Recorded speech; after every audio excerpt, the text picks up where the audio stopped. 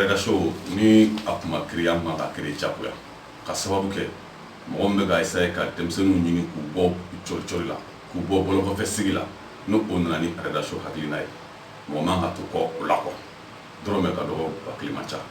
donc mu se ka mu ko kan ko ke wala sa arrêt show mi se ka to so ka ko bo ni pa bo tike ko nsi yere be fugo mo be temsenu ngwa plala yule la clé il va essayer de nous récupérer il y a pas longtemps que on de France fait que nous beaucoup pour nous la faire ani relation comme ça c'est le moment ka association keneka fana fo parce que ni ya mais nous comme France on c'est biblo il a connu de état fait ka faut que be pour la non offenté au vrai team nandiani fait donc ambe association keneka fo ya no la relation fleni d'abord de ka andambe en tableau demseni muna arada ere fo mo ko do arada tume arada idée négative de image négative de mo bolo donc arada show o korode anga mo minna annana do ko société la ka demseni mun kere ka ira ka ko pepse ka ke fe ni mo de na ba so ko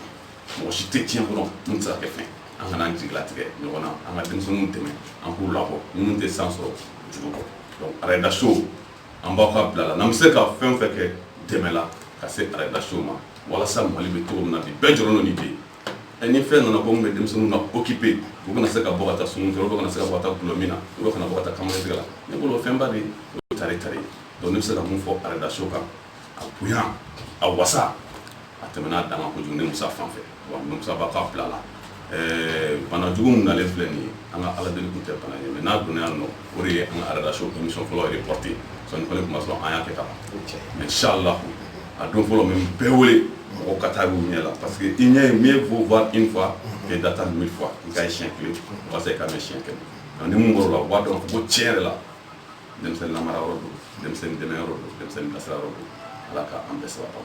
alaka asoso kanaka alaka yiwa alaka to re ko portugais alaka ani famo kambe en attendant demandez voir votre ami Bob na fulu be association keneka initiative win parce que initiative win amon mo be ka so no do ni hakina so kan initiative win ka ko na fu ko na de wa emission mi na to ko aida show ni initiative win do on na la parce que anga jatim na ni ya me ka ko aida ko hakila yoro mi do yoro chene ne do yoro pulule ne do ali yoro chene do ni kuna funa ni ma me di wato ama comportement me changer am sika ke yoro kulum sika ke yoro nyana mai to gomina donc pourquoi ni action pour la citoyenneté malienne ate bon avec belle kofo avec jeune kofo avec jamana kofo avec sigida kofo donc vraiment ni jama befe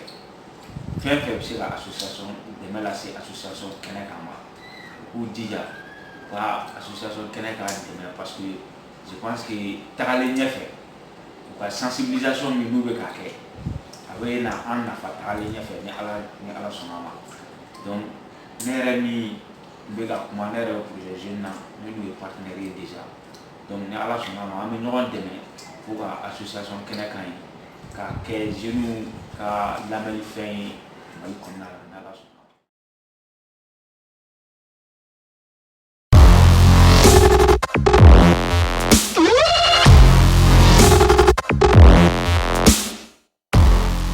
chena avec bombele de na nyena avec nyambeli et puis ebi jore jume face au jola ne jore jume face au jola on appelle ça l'engagement citoyen donc chacun est appelé, chacun est responsable de ce pays, du développement de ce Mali. Bamako, la ville de Trois Caïmans, Bamako, le Mali, notre drapeau c'est vert rouge, notre devise c'est un peuple invite une fois. On est quand on dit là, on met à bien là, on est la bi association. Anaka télévision quoi no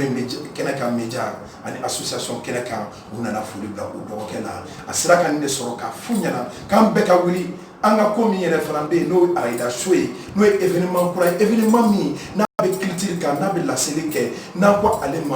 événement culturel pour impulser une critique citoyenne. Quand on dit Raïda, les gens ont une idée néfaste. Alors que Raïda, c'est un lieu qui est pourri. Mais nous, on veut transformer ces petits mondes en réalité au travail, inviter les jeunes à travailler, inviter la population malienne au travail, inciter les jeunes à apprendre, à éduquer, à s'éduquer, à s'auto-former. C'est ça la base de Aïda Show.